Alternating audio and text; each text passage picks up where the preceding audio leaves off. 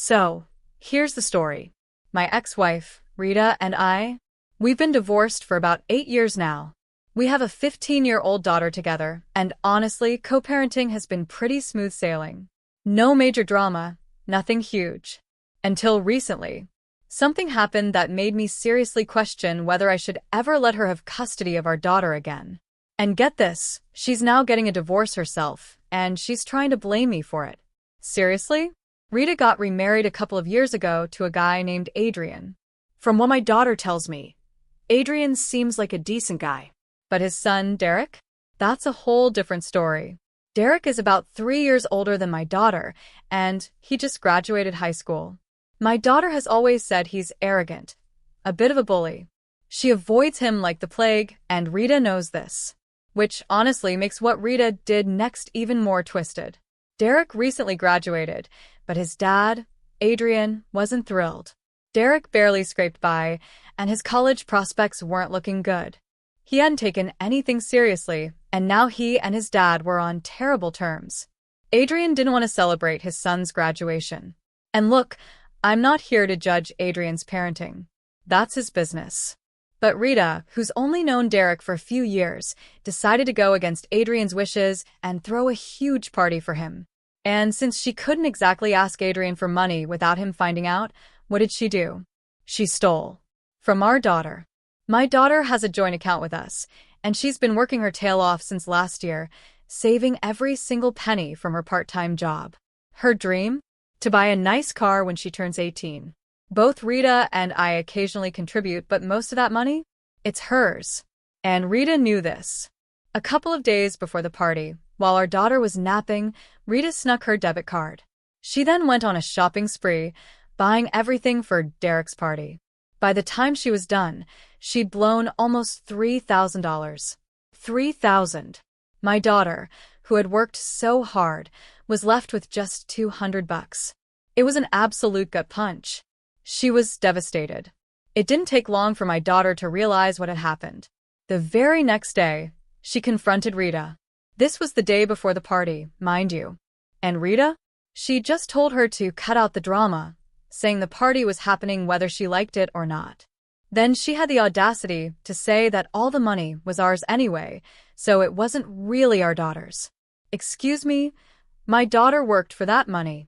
Rita then tried to guilt-trip her, saying the money was going towards her brother's party and she should be happy to make a little sacrifice for the family. She even tried to paint Derek as the bigger victim because his dad wasn't contributing. The nerve! Luckily, my daughter didn't fall for her act. Even though it was Rita's turn to have her, she packed her bags and came straight to my house. She's been here ever since, absolutely refusing to go back. She feels completely betrayed, and honestly, so do I. All she wants is her money back. I tried reasoning with Rita, but it was like talking to a brick wall. The party had already happened, and she just kept insisting the money wasn't really our daughter's, so she wasn't giving it back. I was furious. Rita has a good job. She could have afforded that party herself. Her excuse? She claimed she was saving for our daughter's college, so what she did wasn't that bad. I couldn't even understand her logic. It was pure baloney.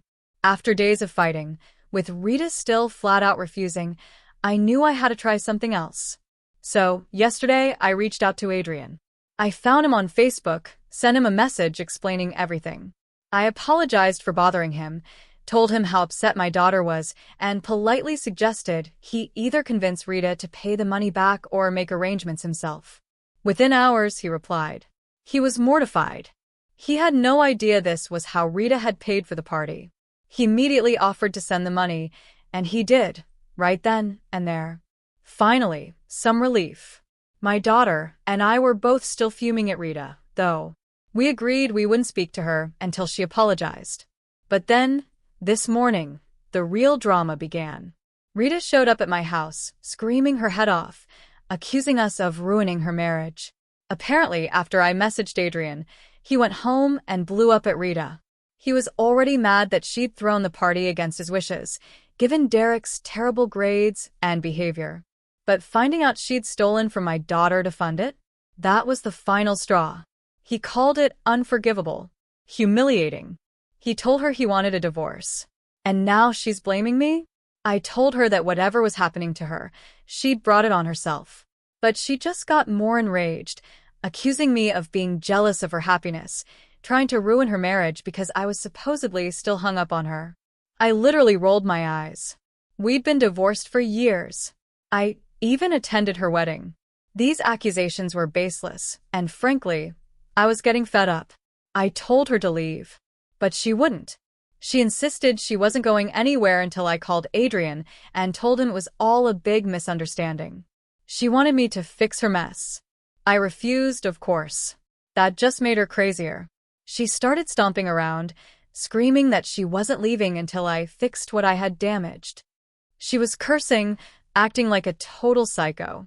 I started feeling genuinely uncomfortable. I kept telling her to go, but she just wouldn't. Eventually, I had to warn her. If she didn't leave, I'd call the police. That's when she completely broke down, sobbing uncontrollably, falling to the floor. "This is all your fault," she wailed. "And now you're threatening me with the cops?" The whole thing was bizarre. She was so unstable. Then, the final straw.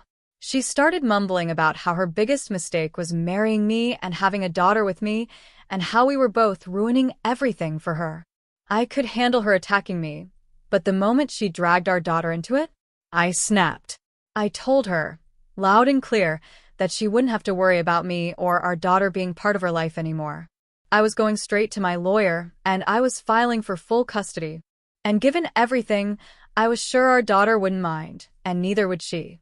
She started wailing even louder, calling me a horrible person, saying I was ruining her life, and she didn't deserve any of this. But by then, my sympathy had completely vanished. I didn't care what state she was in. I told her she deserved everything she was getting right now, and Adrian was doing the right thing. And soon, we'd be out of her life too. She tried to cry more, probably for sympathy, but I just grabbed her arm, pulled her to her feet, and practically threw her out of my house. It was a little rough, but I had to. Now she's texting me nonstop, saying I should be respectful and understanding given everything she's going through. I don't know. Am I the jerk for telling her she deserved to be left by her husband and throwing her out? Update 1 asterisk. Hey everyone, thanks for all the comments. I've decided to block Rita. Her behavior has been so stressful lately, and honestly, I think it's in everyone's best interest for me to file for full custody. I talked to my daughter, and she feels the same way. So I've reached out to my lawyer. My daughter also told me that Rita wasn't just bothering me with her endless messages about how we should be kinder to her. She was sending the exact same guilt trip messages to our daughter. How she feels entitled to kindness after what she did, I have no idea. But we've both blocked her. Her behavior that day was truly unstable and scary. I don't want anything to do with her anymore. I really think there's something wrong with her. Whatever it is, it doesn't concern me personally, but since our daughter is legally supposed to spend half the month with her, it does concern me. I know she's going to throw a massive tantrum about the custody filing, but I'm not backing down. We've always been on good terms, worked through disagreements, but lately, I just don't know what's gotten into her. Adrian leaving her speaks volumes. I had a tiny bit of doubt about the custody thing, but after reading her comments and reflecting, stealing from our own daughter like that, it wasn't a spur-of-the-moment thing. My daughter has spending limits. Rita probably had to call to modify them. I don't even know my daughter's card code, so Rita must have gone through her diary or something. This wasn't impulsive. That's the scary part. Okay, so I spoke to my lawyer, and we filed for full custody a couple of days ago. I don't think she's been served yet, but I'm already dreading it. But something else happened today that's even more shocking. Adrian paid me a visit this evening. It was strange, we're not friends, and with the divorce, I figured we'd have no reason to talk. So I knew it had to be important. And that's when I found out Rita was recently diagnosed with bipolar disorder. Apparently, her behavior had been strange for a while. Adrian insisted she see a professional a few months ago, and that's how they got the diagnosis. Not great news, but it explained so much of her irrational, unstable behavior. Here's the kicker, though. She refused to take her medication, and she was skipping therapy sessions. Her therapist even tried to contact Adrian, who had requested to be kept in the loop, but Rita had blocked the therapist's number from his phone. And it gets worse. The party she threw for Derek? It was mostly because Derek had discovered she was acting like a kleptomaniac, stealing things from everywhere. One time, she was even caught shoplifting while with him. Thankfully, Derek knew the store manager's son and somehow got her out of it. He'd been holding that over her head, and that's why she threw him the party. Adrian only found out recently, from Derek himself, who felt guilty about everything and confessed he'd been pressuring Rita. He had no idea it would lead to all this. So, that's probably why Rita stole from our daughter. Maybe for the thrill of it, or to avoid having to use her own money and risk Adrian finding out about her shopping habits. Whatever her reasons, one thing is clear. Rita is not stable. She has no business being around our daughter right now. Adrian told me all this because of our shared custody. He also felt incredibly guilty about leaving her in such a bad state. But he had no choice. This was starting to affect his son, who's already struggled since losing his mother 9 years ago to severe depression after a cancer diagnosis. Adrian couldn't let history repeat itself. I reassured him he was doing the right thing for his child. Our kids only have us, and we have to prioritize them. After our chat, we both felt a bit better. He'd already filed for divorce. And when I told him I'd filed for custody, we acknowledged it would be tough for Rita, but we had no other options. I do feel a little bad that it's all hitting her at once, but I'm hoping her parents will be there for her. They'll need to handle her emotions, which I know will be all over the place when she finds out I'm keeping our daughter until Rita gets herself together. I don't mean to sound self-righteous, but she really needs to focus on getting better for her own sake. And I truly hope she does. Update 3 asterisk. So, Rita's mother called me today. Rita had been served with the papers, and she's been absolutely devastated. My ex-mother-in-law was crying on the phone, and I felt awful for her.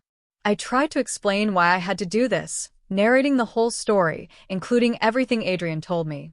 I thought she'd be shocked, figuring Rita must have left out a lot of details to make herself look good.